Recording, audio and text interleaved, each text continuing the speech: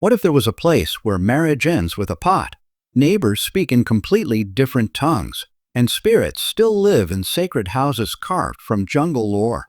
This isn't a lost chapter from an ancient book. It's real.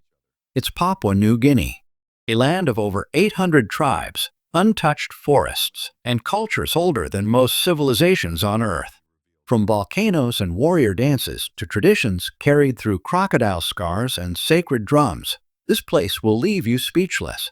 Join us as we dive into 15 facts so wild they sound made up, but aren't. Number 15. The last untouched paradise. Tucked away just north of Australia, Papua New Guinea is often called Earth's last ecological frontier.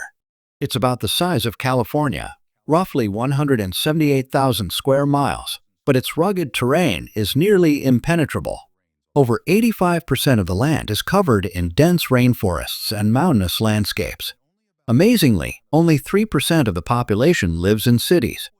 The rest? Scattered across isolated villages, many of which are still unreachable by road. Despite making up less than 1% of the Earth's land area, Papua New Guinea is home to nearly 7% of all known animal species, many of which can't be found anywhere else. And here's the kicker. Many Papuans carry traces of Denisovan DNA, an extinct human species that vanished over 30,000 years ago. That's right, people here still carry the legacy of a mysterious ancestor long gone from the rest of the world. Number 14. The women who shaped the land. In Papua New Guinea, women aren't just part of society, they're the beating heart of it. With radiant smiles, dark skin, and naturally curly hair, these women are farmers, artisans, leaders, and linguists, often speaking 3 to 5 languages just to navigate daily village life. On Trobriand Island, society is matrilineal. Land and property are passed down through the mother's line, and children belong to the mother's clan. It's women who own the land, make key decisions, and preserve cultural traditions. Marriage. It's not what you'd expect. In many regions, if a woman chooses a partner, she'll visit his house at night. If she stays until morning and shares breakfast with him, it's considered a formal union. No need for a ceremony or family approval.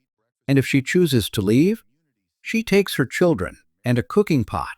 That pot isn't just for boiling water. It's a quiet but powerful symbol of freedom and independence. Number 13.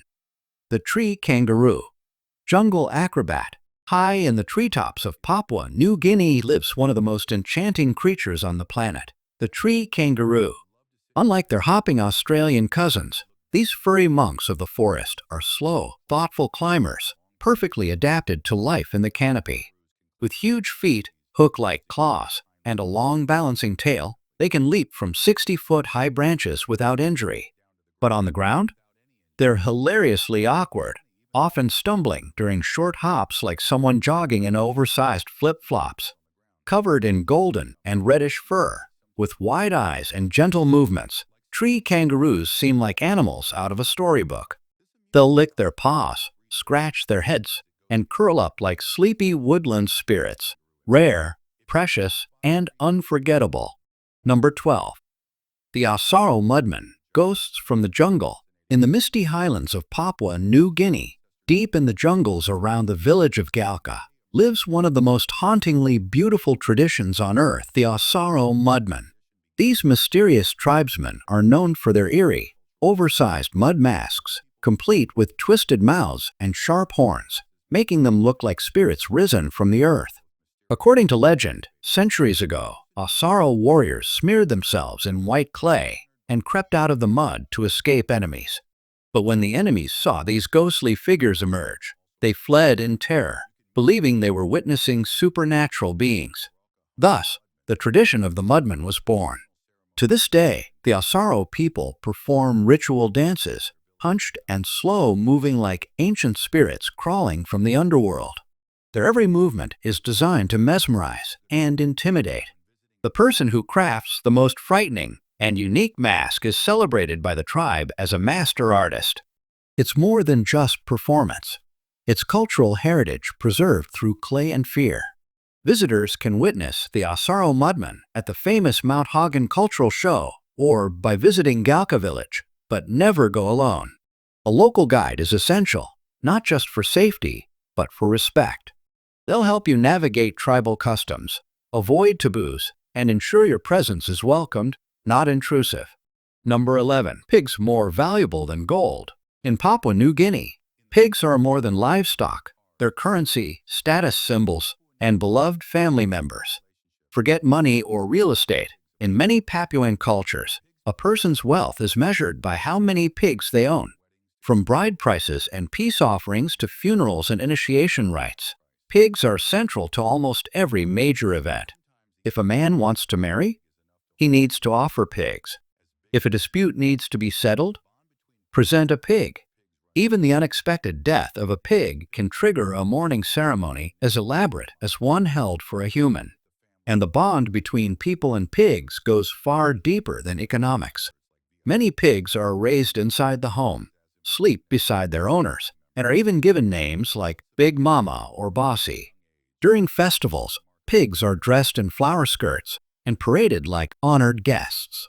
Boys learn to care for pigs from an early age. It's a skill as essential as farming or fishing. In fact, a boy's ability to raise strong, healthy pigs is often seen as a sign he's ready for manhood. Number 10. A king in the jungle, the royal head of state.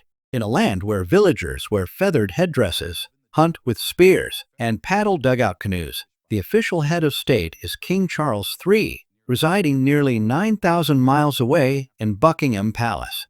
Yes, you heard that right. Though King Charles III has never set foot in Papua New Guinea, he is legally recognized as the king of this country, alongside his other realms and territories. His full title? His Majesty Charles III, King of Papua New Guinea, and of his other realms and territories. Yet, this royal connection isn't just symbolic. During the king's coronation, many tribes celebrated in true Melanesian fashion, painting their faces with red clay, dancing in traditional costumes, and singing in honor of the monarch they've never met. Still, in day-to-day life, the real authority lies not in London, but in the village. Here, the most respected figure is the village chief, often an elder with the most hunting scars, the deepest memory of past rains, and stories of how the moon shone during the great yam harvest decades ago. For the people of Papua New Guinea, the British monarchy is less about politics and more about fairy tale reverence, a symbol of mystery and tradition in a land that already feels mythical. Number 9. A world of words, the planet's most multilingual nation. Papua New Guinea may have fewer than 9 million people, but it speaks with over 850 different languages, making it the most linguistically diverse country on Earth. That's nearly 12% of the world's total languages in just one country. How is that even possible?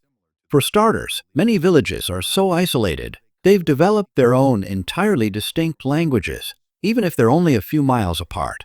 Some languages are spoken by as few as 300 people, yet they remain totally independent. Cultural taboos also play a role. In many tribes, the names of the dead, and any word that sounds like them, must never be spoken again. So instead, villagers invent new words. Over generations, these vocabularies morph, splinter, and evolve. In Papua New Guinea, language isn't just a tool, it's a living, breathing ecosystem, always shifting, always growing. Number 8. Coffee without a sip. Papua's liquid gold. Hidden high in the mountains at 4,600 feet, Papua New Guinea grows some of the purest, most natural coffee beans on Earth, right up there with Ethiopian and Colombian Arabica. The country's standout varieties, Typica and Bourbon Arabica, have a soft honey-like sweetness with hints of ripe fruit. They've won international recognition at auctions like the Cup of Excellence and are a prized export in elite cafes across the globe. But here's the twist. Most locals have never even tasted it. Due to colonial legacies and changing habits, many coffee farmers sell their harvest to buy essentials like rice. In fact, entire families spend their lives growing premium beans, but have never sipped a single cup. Number 7. Kimi Bay Reef, Earth's last great coral paradise. Tucked along the remote coastline of Papua New Guinea lies a treasure few have ever heard of, Kimi Bay. one of the last untouched coral paradises on Earth. Though it's only the size of a small U.S. city, Kimi Bay contains more than 400 coral species, accounting for nearly 70% of all coral types in the world. It's like a living underwater museum, colorful, surreal, and alive with creatures found nowhere else. Here, the water is so crystal clear you can see up to 130 feet below the surface, the height of the Statue of Liberty. This unmatched visibility draws expert divers from all corners of the world. But it's not just the coral that stuns.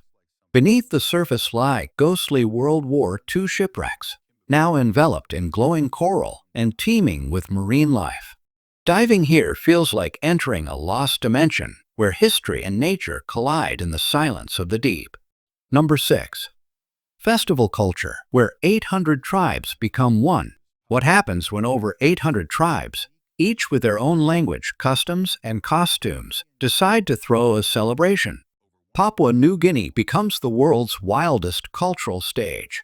At the heart of it all is the Goroka Show, PNG's largest cultural festival.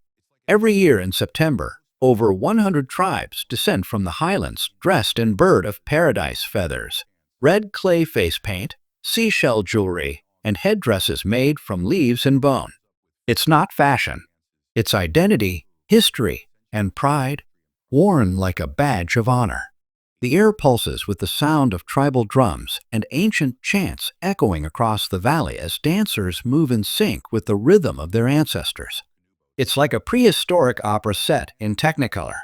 Then comes the Mount Hagen Cultural Show with its fierce warrior dances and battle reenactments. Each stomp of the foot speaks of bloodlines, victories, and legends passed down through firelight stories. Number 5. Life in Port Moresby, a city between two worlds. Welcome to Port Moresby, a capital unlike any other. Just 15 miles from remote jungle villages, Port Moresby blends skyscrapers with stilt houses, glass offices with ancestral firelight. You might expect paved sidewalks, busy crosswalks, and well-dressed professionals, but here there aren't even sidewalks. People walk directly on the roads, barefoot, right beside minibuses known as PMVs, winding through mountains and markets. In the heart of the city, vendors sell grilled bananas, dried reef fish, ripe mangoes, and shelled jewelry, all laid out under the open sky. A stranger might greet you with a warm smile and a smoky sweet banana on a stick. But at night, the capital transforms. You'll hear the low, rhythmic beat of kundu drums echoing across neighborhoods as families gather by firelight, singing and dancing in tribal rhythms passed down for centuries. Beneath the glow of modern high-rises, the heartbeat of Melanesian culture never stops. And just 15 miles from the central business district, you'll find villages with no electricity, stilt houses above swamps, and elders telling stories in languages that aren't written anywhere. Ancient rituals, face paints, and ceremonial dances continue as if the modern city doesn't exist. With fewer than 400,000 residents, Port Moresby is more than just a capital. It's a living museum where tradition and modernity walk barefoot together, side by side. Number 4. The Sacred Temple, only for the brave. Hidden deep in the jungle communities lies a place you're not allowed to enter, unless you're ready to prove your courage. This is the House Tambaran, or Spirit House, the spiritual heart of the Sepik people. With its soaring roof carved with mythical symbols and a fire that burns day and night, it's said to house the spirits of the ancestors. But it's not a home. It's a temple of transformation. Young boys are brought here to be shaped into men, not just through stories and wisdom, but through trials. Under the guidance of the houseman, or the elder leaders, they learn to hunt, survive, and lead with strength and humility. The final test? A rite of passage unlike any other. Number 3. Cost of living and visa, affordable life on the edge of the world. Thinking about escaping the hustle of the West for something more raw, more real? Papua New Guinea might just be your next great adventure. In 2025, the cost of living here is surprisingly low, especially for Americans. A one-bedroom apartment in the city center rents for about $200 a month. In the suburbs, around $150. Utilities, electricity, water, and gas come to just $40 monthly. Even high-speed internet 60 Mbps or more costs just $20, though speeds may vary in remote areas. Hungry? A hearty meal at a local eatery costs only $3, while a romantic dinner for two at a mid-range restaurant runs about $20. Public transport is ultra cheap too. 40 cents for a bus ride or $15 for a full monthly pass. To visit, U.S. citizens need a visa, which you can apply for online as an e-visa or through the nearest Papua New Guinea embassy. Tourist visas typically last 60 days, and your passport must be valid for at least 6 months beyond your stay. With these costs and experiences, would you live here? If yes, comment 1. If no, comment 0 below. Number 2. Flying to the market. Boating home, adventures, and daily life. Imagine this. Your morning grocery trip begins with a plane ride. That's everyday life in Papua New Guinea. With over 80% of roads unpaved and many turning into mud pits during the long rainy season, interstate travel is nearly impossible. Instead, villagers rely on small aircraft like Twin Otters and Cessna caravans to hop between towns. Some airstrips are nothing more than grass fields where kids play soccer and families gather just to watch the plane land. It's not just transport, it's a community event where there's no runway. Pilots drop supplies from the sky using ropes, everything from medicine and school books to, yes, even live pigs as honored VIP deliveries. And on the water? Many locals canoe or boat for hours just to reach the nearest market, passing through lush mangroves, dolphins, and seabirds. It sounds like a National Geographic documentary, but it's simply a normal day in this wild, water-bound nation. Number 1. Traditional food, a feast of the forest and fire. Food in Papua New Guinea is a celebration of earth, fire, and tradition. The national dish, mumu, is a full sensory feast cooked underground. Layers of pork, sweet potatoes, green bananas, taro, leafy greens, and coconut milk are wrapped in banana leaves, placed on hot stones, and buried for hours. The result? A warm, smoky, earthy stew, tender and rich with mountain flavors. Daily meals center around cow, or sweet potatoes, eaten by most locals 2 to 3 times a day, like rice in other parts of the world. Craving something fresh? Try kakakoda, raw reef fish marinated in lemon juice and coconut milk. It's creamy, tangy, and refreshing, like a South Pacific twist on ceviche. And no celebration is complete without the roast pig, a symbol of wealth and pride. Cooked whole over bamboo, glazed with pork fat, seasoned with wild herbs and salt, and served like royalty.